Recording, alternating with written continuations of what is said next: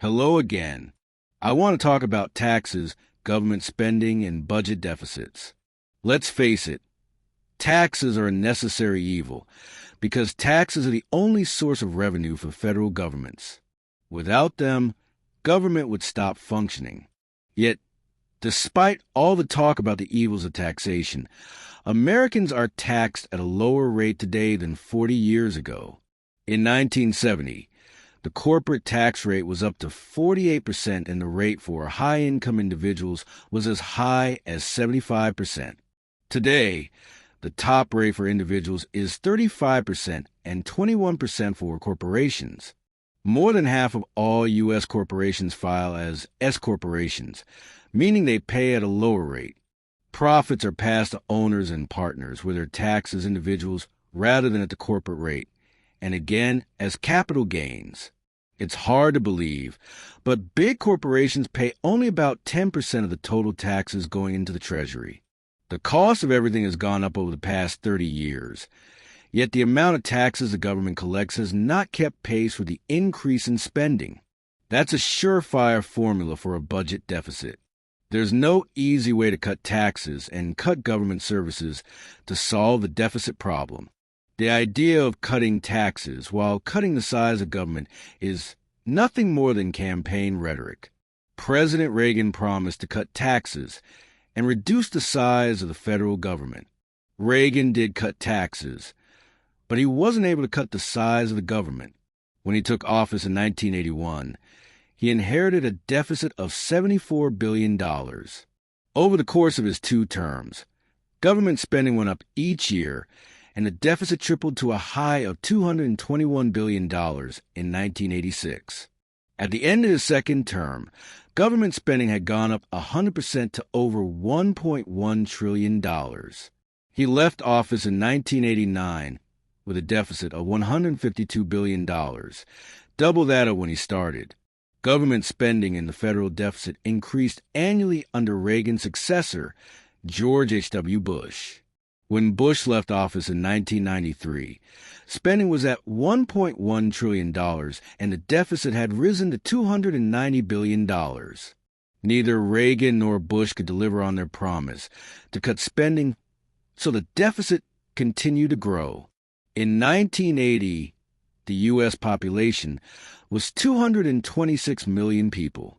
By 2010, the population had grown by 91 million to 317 million.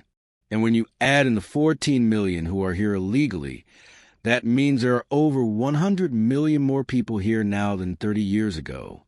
That's the equivalent of taking all of the people from Canada, Australia, and Spain and moving them to the United States. So the idea of cutting taxes and making do with a smaller federal government with lower spending limits is unrealistic today as it was 30 years ago. We're a much bigger country now, and history has shown that cutting taxes will not necessarily grow the economy or create more jobs. The economy had the longest period of sustained growth since World War II during the 8 years of the Clinton administration. When President Clinton came to office in 1993, the country was faced with a $290 billion budget deficit. When Mr. Clinton left office in 2001, we had a balanced budget and a $236 billion budget surplus. He was the first president to balance the budget and leave office with a surplus in 44 years since President Dwight Eisenhower in 1961. President George W. Bush, who followed Clinton, used the Clinton surplus to issue the largest tax cut in U.S. history, but the country lost jobs during his term in office. When he took office in 2001, he started with a balanced budget and a $236 billion surplus. When Bush left office in 2008, spending had increased to $3 trillion. The deficit had increased to $460 billion, and the economy had a net loss of 8 million jobs. Spending went up over $1 trillion during his term, and his handling of the economy pushed the country into the longest and deepest recession since the Great Depression. President Barack Obama took office in the middle of one of the worst banking and financial crises in the nation's history.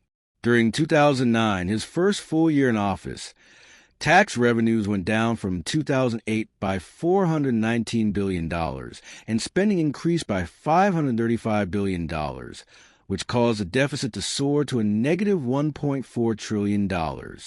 Several things help account for this huge shortfall in revenue and the massive increase in spending.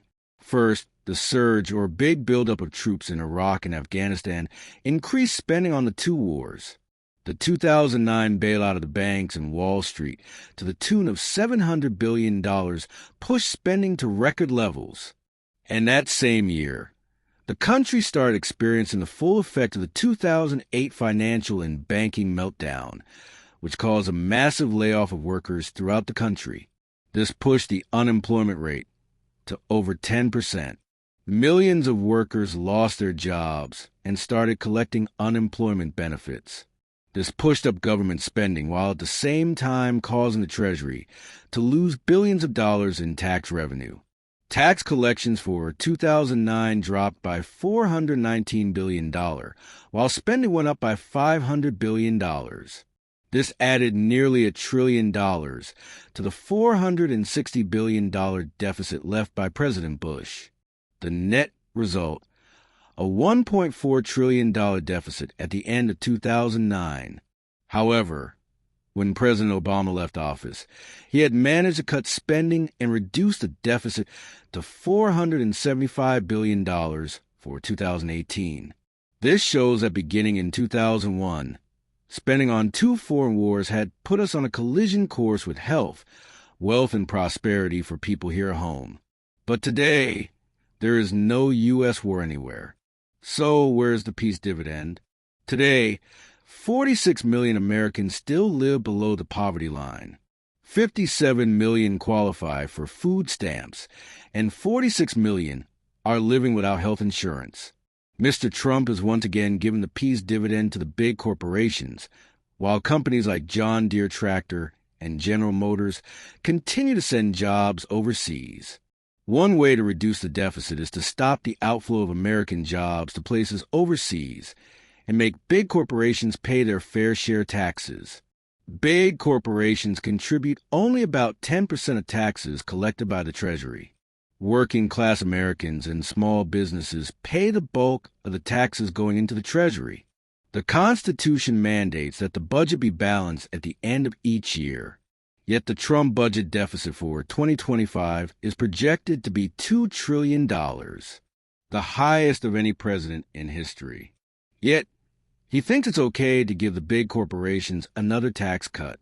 He might not know it, but he's leading us down the road to economic dysfunction, which will last for years to come after he's gone from office. The economic policies he's implementing will hurt the American people in the long run. People must speak up. Tyranny and dysfunction thrives only when good people sit back and do nothing.